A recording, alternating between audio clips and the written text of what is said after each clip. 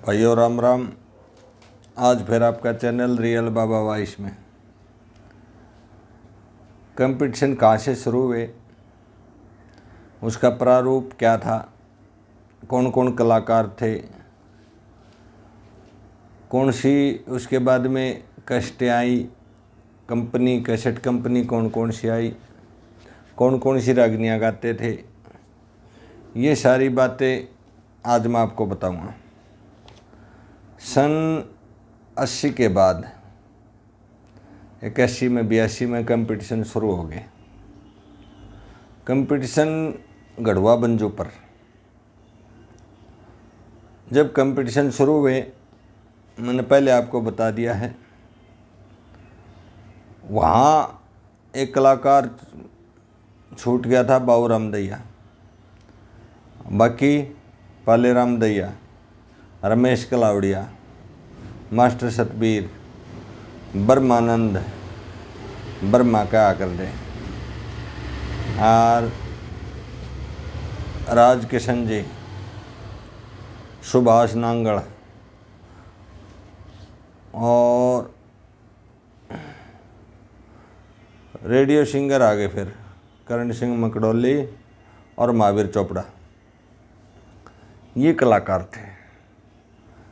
Competition शुरू हुए तो उसमें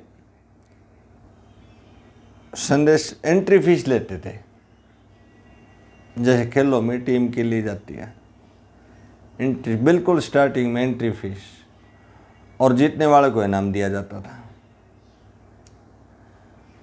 स्टार्टिंग में कारोरिया जगबीर, बाबू राम दैया, पाले राम दैया, मास्टर सतबीर, रमेश कलावड़िया,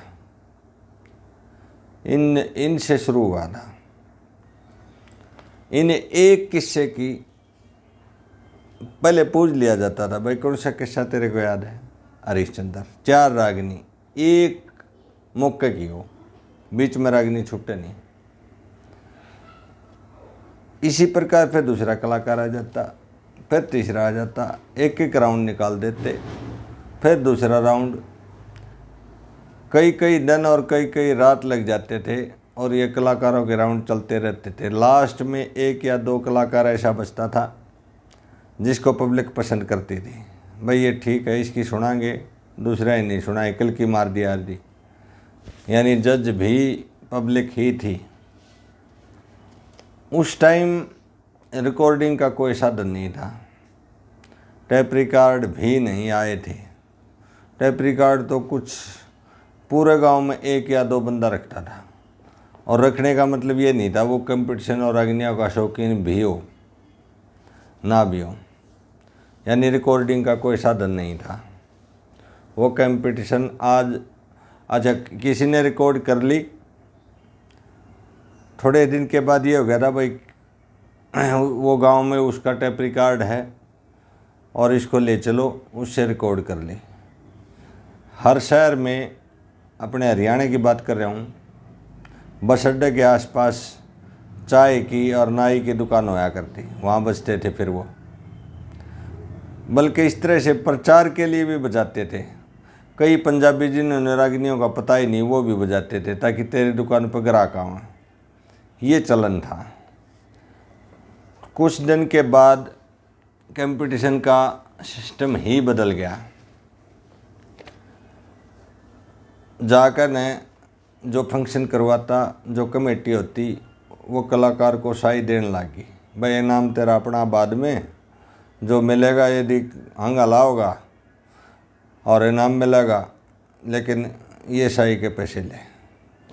इस टाइप से फिर तर्जों का कंपटीशन आ गया। जब तर्जों का कंपटीशन आया, उस समय टेप रिकॉर्ड कुछ आगे थे रिकॉर्डिंग के लिए। मार्केट में कैसेटें होती थी, फिर कंपनियां आ गई। कंपनी सबसे पहले फौजी कैसेट, रामा कैसेट और मैक्स, चित्ता, ये मेन शुरू की कैसेटें थी, कंपनियां थी। और उसके बाद सुपरलाइन, सुपरलाइन बाद में आई है, सोनोटोन। अच्छा, फिर जगदीश आ गई बाद में, जगदीश कैसेट। और एक थी सपना कैसेट, एक चाचा भतीजा कैसेट, ये कैसेटों के नाम हैं। इन कैसेटों में रिकॉर्डिंग की जाती थी और बाज़ार में दुकानें खुल गई थी, उन दुकानों पर 15-15 रुपए की कैसेट मिलती थी। कैसेट मिलती थी तो बजाने वाला साधन भी हो चुका था। टेप रिकॉर्ड आते थे, हम टेप रिकॉर्ड ले आते थे। पहले जो फिलिप्स और कंपनियों ने बनाए वो सूटेबल नहीं थे, क्यों, हमने ऊंची आवाज़ चाहिए थी। देसी डैक आ गए, जिसने डैक बोले आदे, परली साइड में, दादरी साइड में, रेवाड़ी साइड में उसको मशीन बोलते थे। फिर उसका ऐड घिस जाता है, ऐड जापानी ऐड और देसी ऐड। ऐड दो टाइप के आते थे, आवाज़ कम हो जाती थी, चलते चलते आवाज़ बिल्कुल कम हो जाती थी, 2-1 महीने चले आ रहे। फिर हम ये कहते भाई 45 रुपये आड़ा जापानी ऐड गाल दे मिस्त्री, वो कुछ लंबा चलता था, आवाज़ भी अच्छी आती थी। ये था कंपटीशन और श्रोता के बीच का टोटली समीकरण। अब उसके बाद कौन कौन सी रागनियाँ गाई जाती थी शुरू में? मास्टर सतबीर जी गाते थे, जात की बंजारी मारा टांडा जालिया दूर, छोरा छोरी गोदिया में जाना पड़े जरूर, साजन का घर जाना सहमा मेरी तसल्ली कर दे, जो कुछ लेना देना सहमा बांध जोड़ के धर दे, और गण के दे लिए बोल 360 चौबारे आली, खोले नहीं कवाड़ देख रहा बाट चौबारे आली। राजकिशन गाता था, करके गाल तड़पती छोटी जान क्यों ना काट ले गया, ओ परदेसी गैल मेरे भी बांध क्यों ना हाड़ ले गया। ये रागनियाँ चलती थी। दोनों में तो एक काम कर, मेरा पसला दर्द बुला दे, चंद कर्ण का महल बताना आग चता में ला दे। और उसके बाद ये पहले दौर के कलाकार मैंने बता दिए। दूसरे दौर के कलाकारों में राजेंद्र खरकिया, राकेश कलोई और कौन कौन थे, राकेश कलोई, खरकिया, राजेंद्र, सुनील दुजानिया, ये दूसरे दौर के कलाकार थे, और भी होगा 1-2। इन्होंने फिल्मी तर्ज सेट करनी शुरू कर दी। 2 टाइप के कलाकार स्टेज पर अपने आप बढ़ जाते हैं, पुराने दौर वाले और नए दौर वाले। अब पुराने दौर वाले जो कलाकार थे वो फिल्मी तर्जों पर सेट होने में थोड़ी दिक्कत आती थी, सीधी सीधी तो उसी टाइम सेट कर देते। और वो नए दौर वाले थे, वो मेहनत करके आते, अपनी तैयारी करके आते। इसके बाद चलते चलते अब एक चीज़ नहीं उभर का हुआ है, बिल्कुल नहीं। पूरी रात का किस्सा कौन गाता था?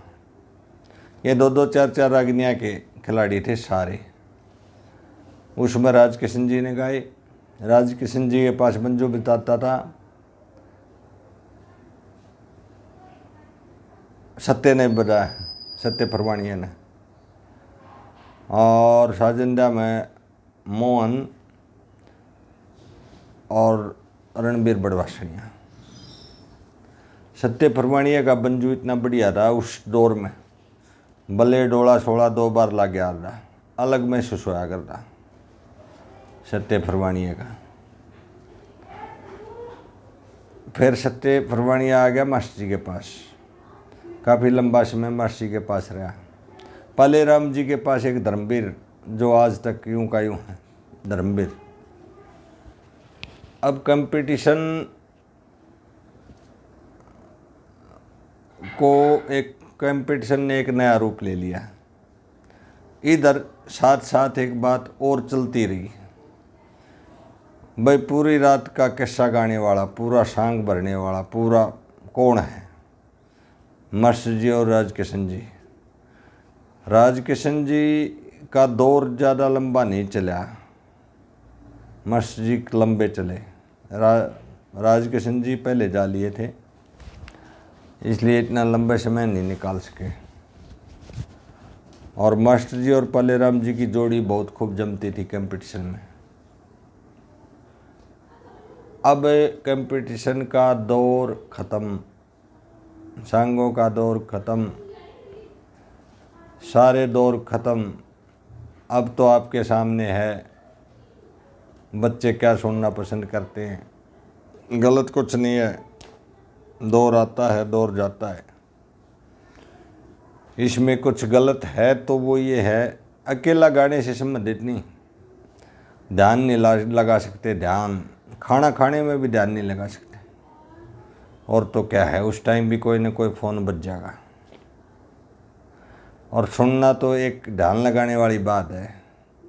कोई म्यूजिक चल रहा है, कोई किस्सा चल रहा है, कोई रागनी चल रही है, तो उसको टाइम चाहिए, उससे पहले ही ध्यान ख़त्म। और तक के घर मेहमान आ जाते, बटे हुआ जाते, रात ने 12 बजे थी बतला दें। अब मान ले कोई आ गया और बात करने लग रहा, बीच में कोई से न कोई सा फ़ोन बाज जाएगा, जो टॉपिक चल रहा है वो वही, उसका रूप ही बदल जाएगा, उसका सिस्टम ही बदल जाएगा। इसलिए आज के जीवन में यदि कुछ कमी आई है तो ध्यान लगाने की आई है, बाकी कोई कमी नहीं है, बाकी सब ठीक है। ये तो सभ्यता और संस्कृति है जो चेंजेबल है, चेंज होती रहती है। एक मास्टर जी के पास पेटी काफ़ी लंबे समय से बजाई राम कुंवर जुवे वाले ने। राम कुंवर जुवे वाला बहुत बढ़िया पेटी बजाता था।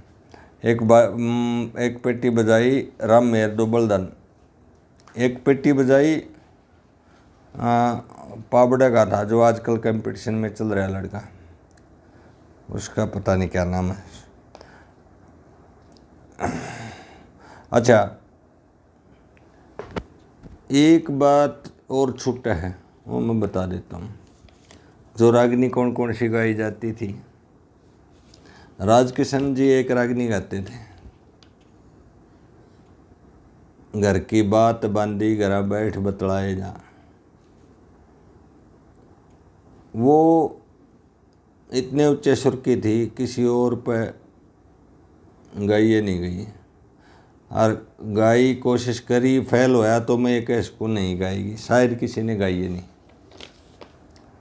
ये थी आज की हमारी चर्चा।